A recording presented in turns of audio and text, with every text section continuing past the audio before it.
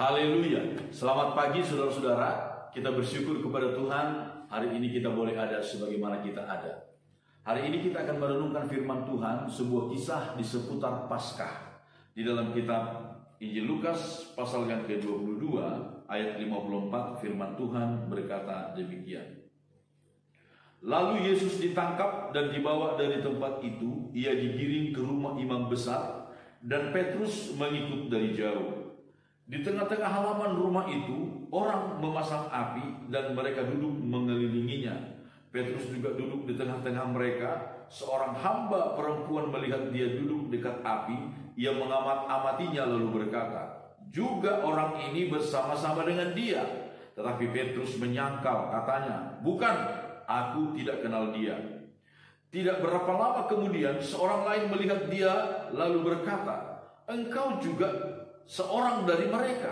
Tetapi Petrus berkata, "Bukan, aku tidak." Dan kira-kira sejam kemudian seorang lain berkata dengan tegas, "Sungguh orang ini juga bersama-sama dengan dia, sebab ia juga orang Galilea." Tetapi Petrus berkata, "Bukan, aku tidak tahu apa yang engkau katakan." Seketika itu juga sementara ia berkata, berkokoklah ayam. Lalu berpalinglah Tuhan memandang Petrus. Maka teringatlah Petrus bahwa Tuhan telah berkata kepadanya, "Sebelum ayam berkokok pada hari ini, engkau telah 3 kali menyangkal aku." Saudara-saudara, hari ini kita melihat seorang Petrus. Baru beberapa jam yang lalu, dia begitu tegas berkata kepada Yesus bahwa dia mau masuk penjara, bahkan dibunuh bersama dengan Yesus. Tetapi sekarang 3 kali dia menyangkal Yesus hanya dalam waktu beberapa jam berselang. Saudara-saudara, dari kisah ini kita belajar satu hal, yaitu tentang konsistensi. Tentang konsistensi, kalau di satu sisi kita melihat seekor ayam yang konsisten. Dia konsisten berkokok pada jam-jam yang telah ada. Dia berkokok terus, apakah pada hari yang cerah ataukah pada hari yang mendung, dia akan berkokok pada jam-jam yang ada. Dia konsisten. Tetapi kebalikannya adalah Petrus. Dia tidak konsisten di dalam imannya kepada Tuhan, di dalam kesetiaannya kepada Tuhan. Karena baru beberapa jam yang lalu dia berkomitmen, berkata bahwa dia akan setia kepada Tuhan. Tetapi ini sekarang dia sudah belajar, sudah tidak lagi konsisten. Saudara-saudara, kita perlu belajar untuk konsisten terhadap Tuhan, mengasihi Tuhan. Di dalam kitab Filipi pasal yang kedua ayat 12, firman Tuhan berkata, "Hai saudara-saudaraku yang kekasih, kamu senantiasa taat. Karena itu tetaplah kerjakan keselamatanmu dengan takut dan gentar. Bukan saja seperti waktu aku masih hadir, tetapi terlebih pula sekarang waktu aku tidak hadir." Saudara-saudara, kita disuruh oleh firman Tuhan untuk tetap kerjakan keselamatan kita.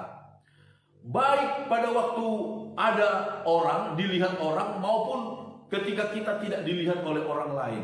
Tetaplah kerjakan keselamatan kita. Baik pada waktu susah maupun pada waktu kita senang.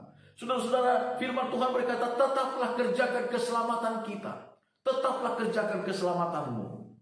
Tuhan ingin kita konsisten mengerjakan keselamatan kita. Di dalam kitab Wahyu pasal yang keempat ayat yang ke-8 dikisahkan di sana tentang makhluk-makhluk sorgawi. Mereka siang malam berseru kepada Tuhan, "Kudus, kudus, kuduslah Tuhan.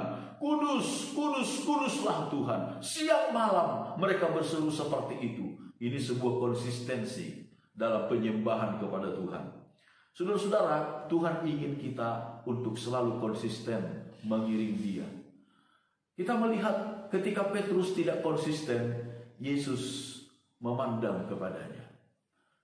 Tuhan ingin mengingatkan Petrus supaya dia konsisten. Dan pada saat itu juga Petrus keluar dari kerumunan itu.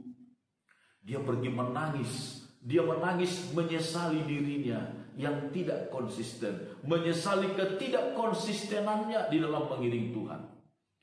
Saudara-saudara, apakah kita pernah tidak konsisten mengiring Tuhan? Mari kita sadari diri kita tangisi diri kita sesali diri kita, dan mulai kembali bangun komitmen kita untuk tetap konsisten di dalam Yesus. Amin. Tuhan memberkati kita.